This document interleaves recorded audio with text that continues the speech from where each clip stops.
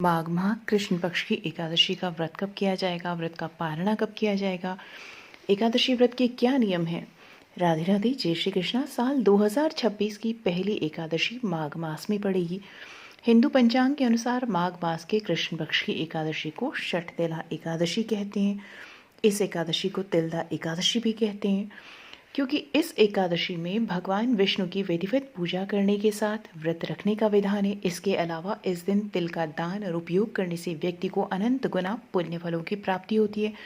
षठ तिला नाम से ही इसके पता लगता है। षठ का मतलब है 6 और तिला का मतलब यानी तिल। तो इस दिन तिल का 6 अलग अलग तरीकों से उपयोग करना बहुत शुभ माना जाता है। इस दिन तिल से संबंधित उपाय करने से कई गुना अधिक फलों की प्राप्ति होती है, जैसे तिल का उबटन लगाना, तिल से स्नान करना, तिल का दान करना, तिल से हवन करना, तिल से तर्पण करना और तिल डाल कर करके भोजन करना। तिल का ही इस दिन दान भी करना चाहिए। तो एकादशी तिथि की शुरुआत हो रही है माघ मास के कृष्ण पक्ष की 13 जनवरी 2026 को दोपहर के 3:17 पर और एकादशी तिथि का समापन हो रहा है 14 जनवरी 2026 को शाम 5:52 पर। एकादशी तिथि का जो व्रत किया जाएगा षठतिला एकादशी का, वो 14 जनवरी 2026 बुधवार के दिन किया जाएगा।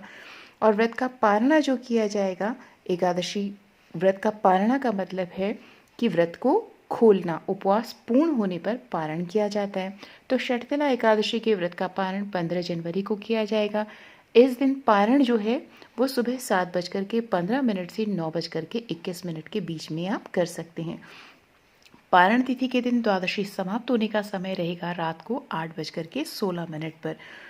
और इस दिन जो है आप 14 जनवरी का भी संयोग पड़ रहा है। मकर संक्रांति और षठतिला एकादशी दोनों एक ही दिन यानी 14 जनवरी को पड़ रहे हैं। तो एक बहुत ही दुर्लभ और शुभ संयोग है ये। इस दिन सूर्य का उत्तरायण होना और भगवान विष्णु की प्रिय एकादशी तिथि का मिलना दान पुण्य के फल को भी कई गुना बढ़ा देता है। तो इस दिन आप दान अवश्य करें। अपनी सामर्थ्य के अनुसार तिल का दान करें और उसका सेवन भी करें। इससे कई गुना अधिक फलों की प्राप्ति होती है।